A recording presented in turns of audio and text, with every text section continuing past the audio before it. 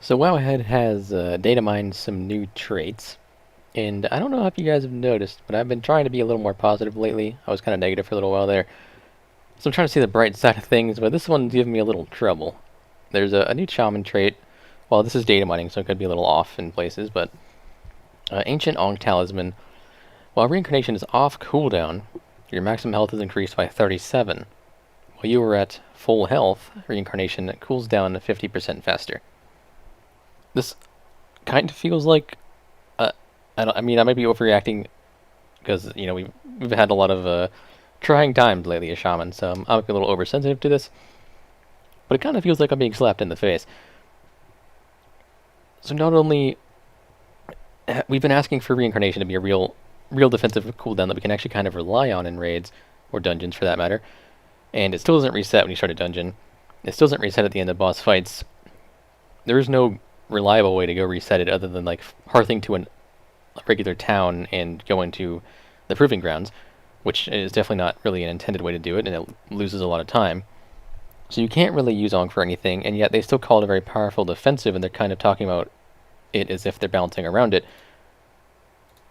And then we complain about it, and then suddenly we get this trait that, well, it's off cooldown, so when you have it available, your maximum health is increased, which, I mean, obviously the number 37 here is not the real number.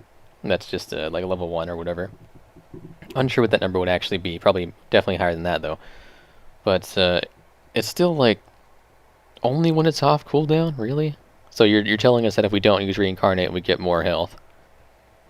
And then if we sit at full health after using reincarnate, it regenerates 50% faster, which, keep in mind, is still a very long time. It's still, what, like 20 minutes? It's still a long cooldown. And that's if you're at full health the whole time. So, I mean, theoretically, you could sit there and plan around having it every other pull if, if Disc Priest or something just spams you with shields to try to keep you at max health the whole time. But that's really unrealistic.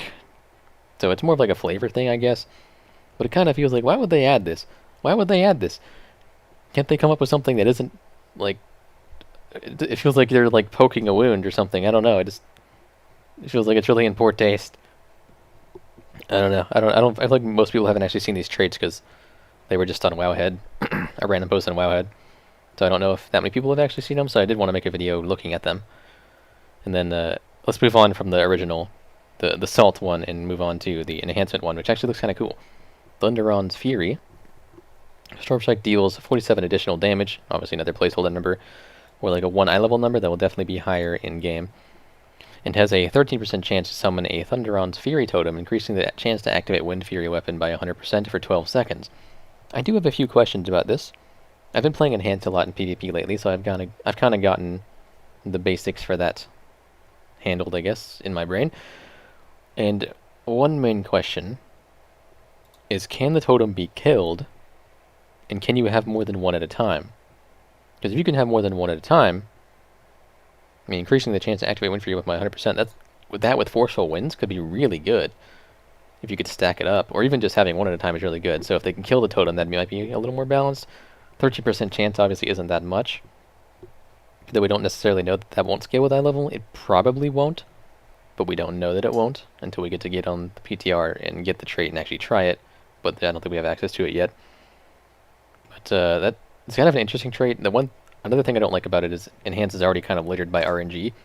So if I were an Enhancement Shaman main, I might see this as another wound being poked, because it's one of their main complaints is that the whole spec is a whole bunch of RNG, and they're overcapping like mad with RNG.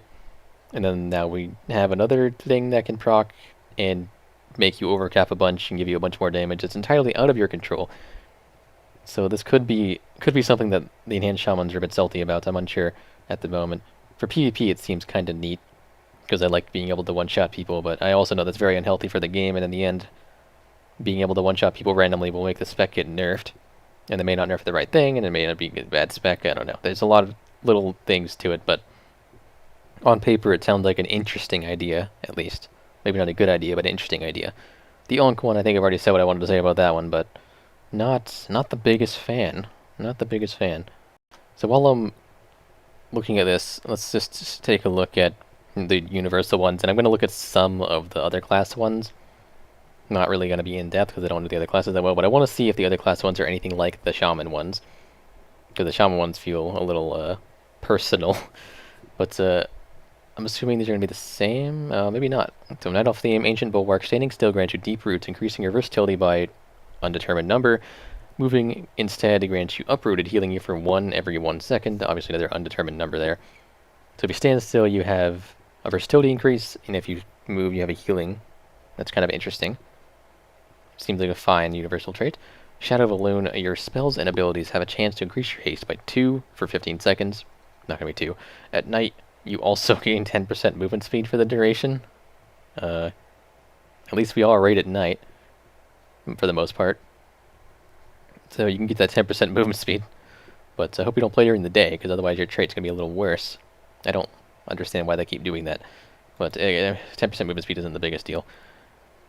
Forsaken theme, Apothecary's Concoction. Your damaging abilities have a chance to deal plague damage over 6 seconds. And your healing abilities have a chance to restore 36 health over 6 seconds. Your damage... Okay. So your damage abilities can give you more damage, and your healing abilities can heal you.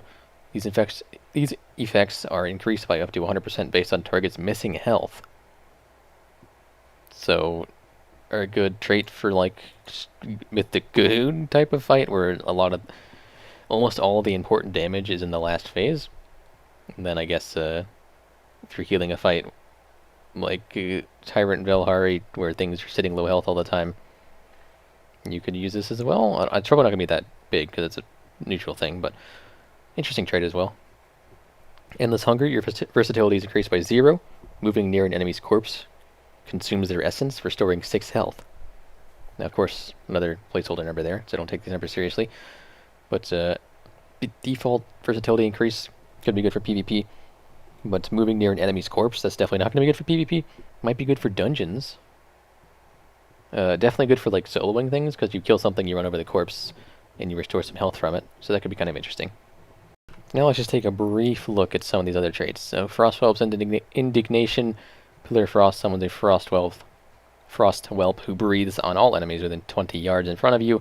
For frost damage, each unique enemy hit by Frostwhelp's Indignation grants you 7 mastery for 6 seconds, up to 35, which is just 5 targets. Okay, that one seems fine. I already read this one earlier. It seems really cool. Arcanic Pulsar. Star Surge's damage is increased by 74. Every 9 Star Surges gain Celestial Alignment for 6 seconds.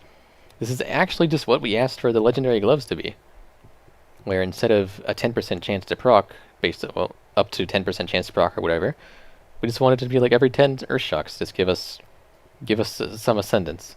So I actually like the idea of this trait, because it's not really RNG. You can kind of control it. You can time it well. You can pool up your Star Surges for a critical moment where you want to have Celestial Alignment. In fact, on the 9th one, you'd almost certainly want to have enough stuff pulled up, Astral Power, to use another one right after it. At least that's, in my head, how that would work. So you get Celestial Alignment and get the buff, and immediately Star Surge again. So, cool trait for that one. Another DPS spec that I actually have any knowledge about. Warlock. Chaos Shards, Destruction Incinerate damage is increased by 34, and when you fill up a Soul Shard, you have a 5% chance to generate additional full Soul Shard over 2 seconds. That's a really low chance. But, I mean, it seems fine. That a little RNG, but it's just like it's an extra Soul Shard every once in a while. Terror of the Mind, you steal 132 health every 1 second from targets affected by your Fear spell. What? Okay, first off, it's probably a placeholder number. It's probably a decent amount of health. Would it break the Fear? I hope not. But that seems like a really weird trait. PvP, if that does a lot of damage, you can spam Fear on someone when you're out of interrupts and just kind of kill them, I guess? Or, like, maybe not spam Fear, but I guess you would, like, fear them and not hit them and let them die. So that's... I don't know how to feel about that one. It depends if it breaks the Fear or not. If it doesn't break the Fear, that's kind of neat. But, yeah, I guess the reason I was reading these is because I wanted to compare them to the Shaman ones, and it does feel like these other ones, while some of them are a little strange, the other ones I do definitely like more, in terms of just, like, functionality. This one is obviously going to be a more defensive trait, so it probably will be against things that obviously don't give you any damage. Like, it would be on the row with resounding protection or Azurite fortification, things like that. But still, just the idea of that trait pisses me off. And then this trait would probably be a damage trait. But that one definitely is a lot of RNG, but a lot of these are RNG. And this is going to be, because, Blizzard likes RNG. But yeah, that is my analysis of the new Shaman traits and a couple other ones that I felt like reading. Sorry if I'm a little more negative this time. I felt personally attacked when they said reincarnation. But anyways, guys, hope you enjoyed. Have a good one.